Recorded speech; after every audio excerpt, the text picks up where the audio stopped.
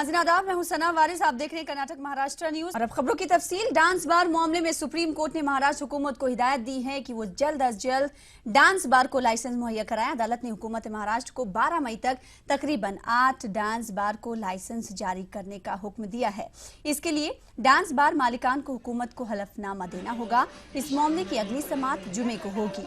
वाज़ेह है कि गुज़िश्ता दिनों महाराष्ट्र हुकूमत ने असेंबली इजलास में एक बिल पेश किया था जिसके मुताबिक डांस बार कवानीन में सख्ती लाई गई थी।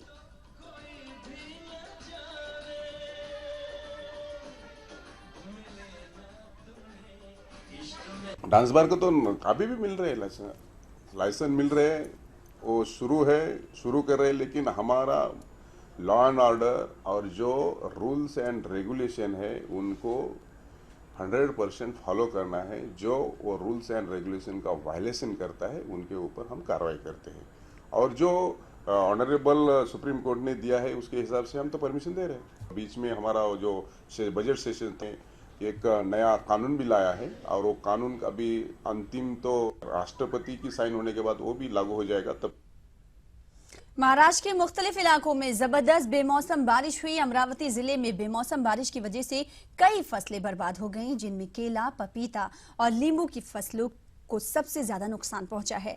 गुज़िश्ता 3 दिनों से यहां पर बेमौसम बारिश हुई है। दूसरी तरफ नासिक जिले में भी जबरदस्त बारिश की वजह से नुकसान हुआ है। बारिश की वजह से इलाके में एक शख्स की मौत भी हुई है। यहां तेज हवाओं की वजह से कई घरों की छतें उड़ गईं, जबकि बिजली गिरने से तकरीबन 15 जानवर हलाक हो चुके हैं। तो उधर मराठवाड़ा में पानी की शदीद किल्लत के सबब तरह तरह के संगीन हालात सामने आ रहे हैं। नांदेड़ के सावर गांव में पानी के लिए अलग अलग तबके के लोगों ने 7 कुएं खोद डाले, और एक कबीले के कुएं का पानी दूसरे कबीले वालों को लेने की इजाजत भी नहीं है। इसके लिए कुएं पर 24 घंटा पहरा भी दिया जा रहा है। देखिए हमारी रिपोर्ट। शदीद आबी किल्लत ने पानी को भी तबकों और कबीलों में तकसीम कर दिया है। यही नजारा इन दिनों नांदेड़ जिले के सावर गांव में देखने को मिल रहा है। गांव में एक तालाब था जिससे सब लोग पानी हासिल करते थे, लेकिन पिछले कई सालों से इत्मीनान बख्श बारिश नहीं हुई, जिसकी वजह से तालाब सूख चुका है। अब यहां के लोगों ने कुओं के जरिए पानी हासिल करने का मंसूबा बनाया। गांव में मुख्तलिफ तबकात के लोग रहते हैं, जिसकी वजह से पानी हासिल करने के लिए अक्सर तनाजात पैदा हो रहे थे। इस मसले के हल के लिए गांव के लोगों ने 7 कुएं खोदे। हर तबके के लिए अलग कुआं मुकर्रर किया गया। गांव की लोक संख्या कम से कम 7,000 तक होगी। इतने लोगों के एक कुआं नहीं एडजस्ट होता, इसलिए सब समाज ने अपने अपने मेहनत से अपने अपने समाज के लिए 7 कुएं खोदे। कुएं से पानी हासिल करने के लिए ये कानून और ज़ाब्ता तय किया गया है कि हर एक अपने अपने तबके के कुएं से पानी हासिल करें। इस ज़ाब्ते की खिलाफवर्जी को रोकने के लिए न सिर्फ दिन में यहाँ पहरेदारी होती है, बल्कि रात में लोग जाग जाग कर पानी को चोरी होने से बचाने की फिक्र में लगे हुए हैं। रहना पड़ता ना पानी के लिए, और इसका उसको पानी नहीं लेना, इसका उनो बावड़ी पर आना नहीं, इसका बावड़ी पर जाना नहीं, वो जैसा खोदे उन्हों लेके जाना वो बावड़ी का। कुएं में भी बहुत कम पानी बचा हुआ है और रात दिन लोग पानी भरने में लगे हुए हैं। मैले और आलूदा पानी को पीने के अलावा इनके पास कोई दूसरा रास्ता नहीं है। मुसीबत और मुश्किल हालात में लोग जात, बिरादरी और तबकाती निस्बतों को भूल जाते हैं। लेकिन नांदेड़ का ये सावर गांव पानी हासिल करने में किसी भी तरह तासुब की दीवार को तोड़ना नहीं चाहता। यही वजह है कि हर तबके ने अपने अपने कुएं पर कब्जा जमा रखा है। नांदेड़ से ईटीवी न्यूज के लिए जमीर अहमद की रिपोर्ट। वहीं महाराष्ट्र में सूखे से मुतासर इलाकों को इमदाद मुहैया कराने के लिए रियासती हुकूमत मरकजी हुकूमत को एक तजवीज पेश करेगी, ताकि मरकजी हुकूमत की जानिब से ज्यादा मदद मिल सके। वाज़ेह है कि मरकजी हुकूमत ने महाराष्ट्र को पहले ही 3,000 करोड़ रुपए देने का दावा किया है। महाराष्ट्र काबीना की मीटिंग में नए गाँव को सूखे से मुतासर इलाकों में शामिल किया गया है। इसमें 3,000 करोड़ रुपए केंद्र ने निधि मंजूर किया है और वो हमें प्राप्त हुआ है। अभी नए कुछ क्षेत्र को हमने सूखाग्रस्त क्षेत्र घोषित किया है, और कुछ जो खरीफ हंगाम आता है अभी उसमें भी कुछ गांव ज़्यादा एडिशनल हमारे सूखे के क्षेत्र में आए हैं। ऐसे सारे गांव का एक नया प्रस्ताव हम मंत्रिमंडल में आज सामने लाए थे। नीट को लेकर महाराष्ट्र के तलबा में अभी तातुल बना हुआ है। सुप्रीम कोर्ट के फैसले के बाद मंगल को महाराष्ट्र काबीना की मीटिंग में इस मामले पर तबादले ख्याल किया गया। इस सिलसिले में वजीर आला देवेंद्र फडणवीस दीगर रियासतों के वज़ीर आला से मुलाकात करके इस मामले पर मंसूबा तैयार करेंगे। हुकूमत तलबा के लिए खुसूसी क्लासेस का इंतजाम करने पर भी गौर कर रही है। मुंबई से मुत्तसिल भिवंडी में एक दिल दहला देने वाला वाकया पेश आया। आपसी रंजिश के चलते एक खातून और उसके शौहर की डंडे से जमकर पिटाई कर दी गई। यही नहीं बल्कि खातून को बरहना करके पूरे इलाके में घुमाया भी गया। मुतासरा शौहर और बीवी को अस्पताल में भर्ती कराया गया है। वहीं पुलिस ने इस मामले में केस दर्ज कर लिया है। मैं घर से निकली तो अचानक मेरे ऊपर हमला किया वो लोग ने। अल्लाह से नहीं किया तो पूरा कपड़ा उतार के मेरा अलग किया है। मैं सब लोग को बोल रही थी मेरी इज्जत बचा, लेकिन कोई नहीं आया मेरी इज्जत बचाने के लिए। नई मुंबई में स्वराज कंस्ट्रक्शन के मालिक और बिल्डर राज कंधारी ने खुद को गोली मारकर खुदकुशी करने की कोशिश की। ये वाकया पीर को पेश आया। कंधारी को नई मुंबई के MGM अस्पताल में भर्ती कराया गया है, लेकिन अभी भी उनकी हालत नाजुक बताई जा रही है। जराये के मुताबिक कंधारी अपने प्रोजेक्ट्स को लेकर लंबे वक्त से परेशान चल रहे थे। पुलिस ने कंधारी के बेडरूम से एक सुसाइड नोट भी बरामद किया है, जिसमें कंधारी ने अपनी परेशानियों का जिक्र भी किया है। मैं कुछ ऑफिस के काम के वजह से नीचे गया हुआ था, तभी जो डेंजिल भाई उनके बिजनेस पार्टनर है वो वहाँ से भागकर चले ऊपर जा रहे थे। तो मैंने पूछा क्या हुआ, तो उन्होंने साथ में आने के लिए बताया। तो उनके साथ में चले गया ऊपर। तो ऊपर जाते ही देखा कि बेडरूम में राज भाई जो है उनको मीन्स वहाँ बिस्तर पर पड़े हुए थे, उनको यहाँ गोली लगी थी। मुंबई पुलिस ने एक सेक्स रैकेट का पर्दाफाश किया है। गोरेगांव इलाके में एक मॉल के करीब पुलिस ने छापामारी की है। पुलिस ने इस सिलसिले में 2 लड़कियों को हिरासत में भी ले लिया, जबकि एक एजेंट को गिरफ्तार किया गया है। बताया जा रहा है कि दोनों लड़कियां मॉडल हैं, जिनका ताल्लुक कोलकाता से है। इस मामले में पुलिस ने पेटा के तहत मामला दर्ज कर लिया है।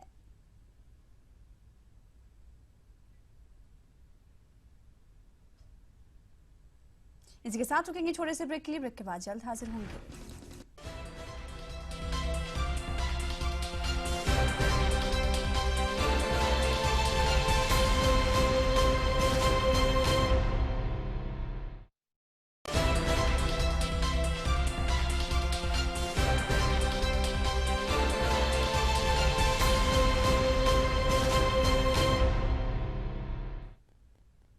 ब्रेक के बाद नजर डालेंगे कर्नाटक की सुर्खियों पर। बेंगलुरु की दरगाह हजरत मानक शाह की जमीन पर मंडरा रहा है खतरा। कूड़ा करकट की कंपनी के हवाले हो सकती है वक्फ की जमीन। बिदर में बर्ड फ्लू का कहर, अब तक 13,000 मुर्गियां हलाक।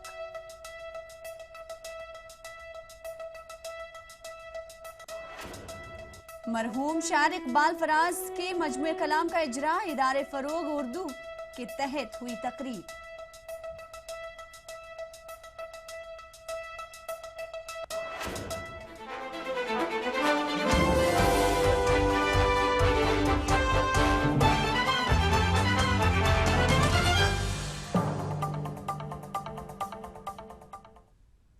कर्नाटक के मुस्लिम वज़रा क्या ख्वाबे गफलत में बैठे हैं? जी हां, एक जानिब वक्फ की कीमती जमीन का हुकूमत सौदा कर रही है, तो दूसरी तरफ मुस्लिम वज़रा खामोशी इख्तियार किए हुए हैं।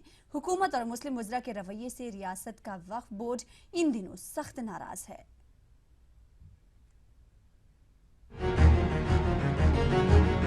कर्नाटक रियासती वक्फ बोर्ड इन दिनों वक्फ की एक कीमती जमीन को बचाने की कोशिश कर रहा है।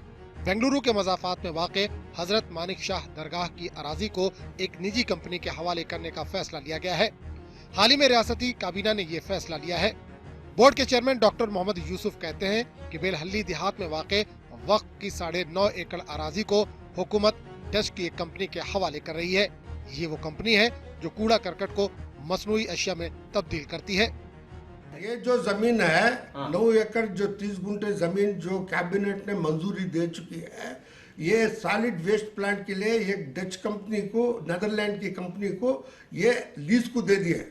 तो मैं बताया हज कमेटी के पीछे की जमीन है 55 एकड़, फिर सर्वे नंबर 55, इसमें क्यों देते हैं? क्या पूरी जमीन को कूड़ा बना देते, क्या कचरा बना देते क्या? वक्फ की प्रॉपर्टी है, ये उलमा कराम का ऑब्जेक्शन है, कम्युनिटी का ऑब्जेक्शन है, ये कौम की प्रॉपर्टी है। हमारे खबरस्तान बनाने में तकलीफ हो रहा है, हमारे को गरीबों को घर देने में तकलीफ हो रहा है, स्कूल्स बनाने में तकलीफ। कर्नाटक वक्फ बोर्ड अब मुस्लिम वज़रा की खामोशी पर सवालात उठा रहा है। बोर्ड का कहना है कि हुकूमत ने काबीना में जब फैसला लिया तो मुस्लिम वज़रा ने मुखालफत क्यों नहीं की। डॉक्टर खमरुल इस्लाम में कैबिनेट में ये अपोज करना था और यूटी खादर साहब भी अपोज करना था, तो ये इनका काम है, मुसलमान कैबिनेट मिनिस्टर्स का काम है, ये वक्फ बोर्ड चेयरमैन का काम है। डॉक्टर मोहम्मद यूसुफ कहते हैं कि हुकूमत के कब्जे में मौजूद दरगाह हजरत मानिक शाह के वक्फ जमीन को हासिल करने के लिए वक्फ बोर्ड सुप्रीम कोर्ट से रुजू हुआ है। इसके बावजूद रियासती हुकूमत वक्फ की जमीन का सौदा कर रही है। ETV news Bengaluru. मजलिस बल्दिया गुलबर्गा का रवां साल का बजट ताखीर से ही सही पीर को पेश किया गया और बगैर किसी बजट के मुत्तफ़िक़ा तौर पर मंजूर कर लिया गया। मजलिस बल्दिया गुलबर्गा ने 12 करोड़ रुपए से ज़ायद का सरप्लस बजट पेश किया। मजलिस बल्दिया गुलबर्गा की जानिब से फराहम किए गए अदाद-ओ-शुमार के मुताबिक बल्दिया के पास अभी भी 200 करोड़ रुपए से ज़्यादा इजाफी रकम है। मजलिस बल्दिया गुलबर्गा के बजट के मुताबिक गुज़िश्ता साल 36 करोड़ 10 लाख से ज़्यादा की आमदनी हुई, जबकि 34 करोड़ 80 लाख रुपए से ज्यादा के अखराजात हुए।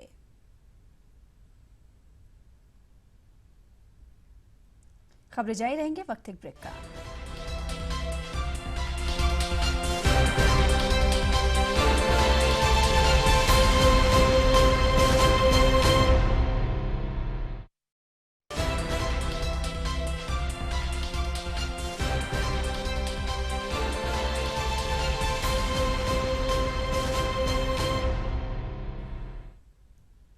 के बाद एक बार फिर आपका इस्तकबाल करते हैं। हमनबाद तालुका के मोलखेरा देहात में वाक़ई पोल्ट्री फार्म की मुर्गियां बर्ड फ्लू से मुतासिर पाई गई। यहां अब तक 13,000 मुर्गियां हलाक हो गई हैं। इस वाक़े की इत्तला मिलते ही जिला इंतजामिया मुतहर्रिक हुआ और डिप्टी कमिश्नर बिदर अनुराग तिवारी ने मुतासरा देहात का दौरा भी किया। डिप्टी कमिश्नर अनुराग तिवारी ने बताया कि मुर्गियों का सैंपल भोपाल भेजकर इसका टेस्ट करवाया गया और रिपोर्ट में बर्ड फ्लू की तस्दीक हुई है। अनुराग तिवारी ने बताया कि इस पोल्ट्री फार्म और इस मकाम से 10 किलोमीटर के हुदूद में पाई जाने वाली तमाम मुर्गियों को खत्म किया जाएगा।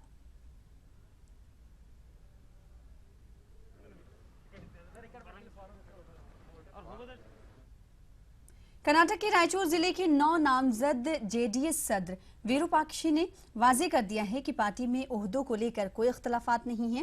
विरूपाक्षी ने कहा कि जिले में सभी तबकात को लेकर पार्टी को मुस्तहकम करना उनकी नज़्ब-उल-ऐन है। उन्होंने कहा कि वो कभी सदर बनने की ख्वाहिश नहीं रखते थे, लेकिन हाईकमान की जानिब से दी गई जिम्मेदारी को बखूबी निभाने की कोशिश करेंगे। 9 नामजद सदर ने बताया कि जेडीएस के आला लीडर देवेगौड़ा और कुमारस्वामी पार्टी में SC, ST, माइनॉरिटी और दीगर पसमानदा तबकात के साथ मसावी इंसाफ कर रहे हैं। उन्होंने कहा कि जेडीएस जिला सदर की हैसियत से वो किसानों और पसमानदा तबकात के हुकूक के लिए जद्दोजहद करेंगे। मजलिस बल्दिया गुलबर्गा के इजलास में पीने के पानी का मसला छाया रहा। कॉर्पोरेटर्स ने पूरे जोर शोर के साथ पीने के पानी का मसला उठाया। महकमे वाटर वर्क्स के जिम्मेदार इस मामले पर दिफाई मौक़िफ़ में नजर आए। कॉर्पोरेटर्स ने शहर गुलबर्गा में गैर कारकर्द बोरवेल्स को कारगर बनाने के लिए इक़दाम उठाने का महकमे से मुतालबा किया। मामले की संगीनी को देखते हुए मेयर सैयद अहमद ने महकमे वाटर वर्क्स के एग्जीक्यूटिव इंजीनियर को एक कमेटी तश्कील देकर शहर के बोरवेल्स के बारे में रिपोर्ट तैयार करने की हिदायत दी है।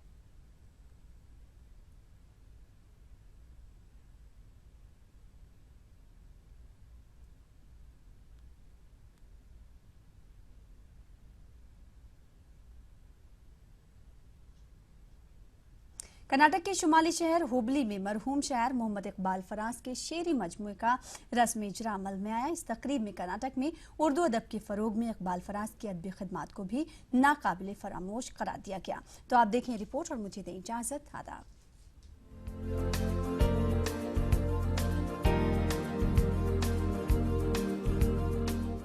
हुबली के कन्नड़ा भवन में इदारे फरोग उर्दू के तहत मरहूम उस्ताद शायर मोहम्मद इकबाल फराज के शेरी मजमूए जन्नाब के रस्म रौनमाई अमल में आई। इकबाल फराज मुशायरों के शायर नहीं थे, लेकिन मुशायरों के पस पर्दा रहते हुए अदबी खिदमत अंजाम दिया करते थे। नौजवान शोरा को उभारना, आम लोगों में अदबी ज़ौक़ और शौक़ को फरोग देना इनकी जिंदगी का मकसद बन चुका था। खामोश अंदाज में अदब को परवान चढ़ाने वाला ये शायर 4 साल कबल अपने मालिक हकीकी से जा मिला। इकबाल फराज के फर्जंदों ने अपने वालिद के मुंतशिर कलाम को अब किताबी शक्ल में उर्दू दुनिया के सामने पेश किया है। अल्लाह ने ये हम तमाम भाइयों को ये सादत बख्शी कि उनके मुंतशिर कलाम को एक किताब की शक्ल देने और मंजर आम पर लाने की सादत बख्शी, और इस किताब को मंजर आम पर या कम्पीट करने तक कमोबेश 3.5 साल का वक्फा सर्फ हुआ। मरहूम इकबाल फराज साहब का कलाम जो अब तक गैर मतबूआ था, उनकी डायरी के औराक में पड़ा हुआ था। हमने उनके फर्जंदान से रिक्वेस्ट की कि वो उसको मुरतब करें। उन्होंने वो खिदमत अंजाम दी है। अल्हम्दुलिल्लाह ये मंजर आम पर आएगा। बेंगलुरु के बाद हुबली को कर्नाटक का दूसरा बड़ा शहर समझा जाता है। इस शहर की जमीन उर्दू ज़बान और अदब के लिए हमेशा जरखेज रही है। ये शहर हुबली शुमाली कर्नाटका में बेंगलुरु के बाद दूसरे नंबर का शहर है, और अदबी एतबार से भी माजी में और हाल में आने वाले ज़माने में भी मुस्तकबिल में इसकी खिदमत उर्दू के लिए काबिशें रहेगी।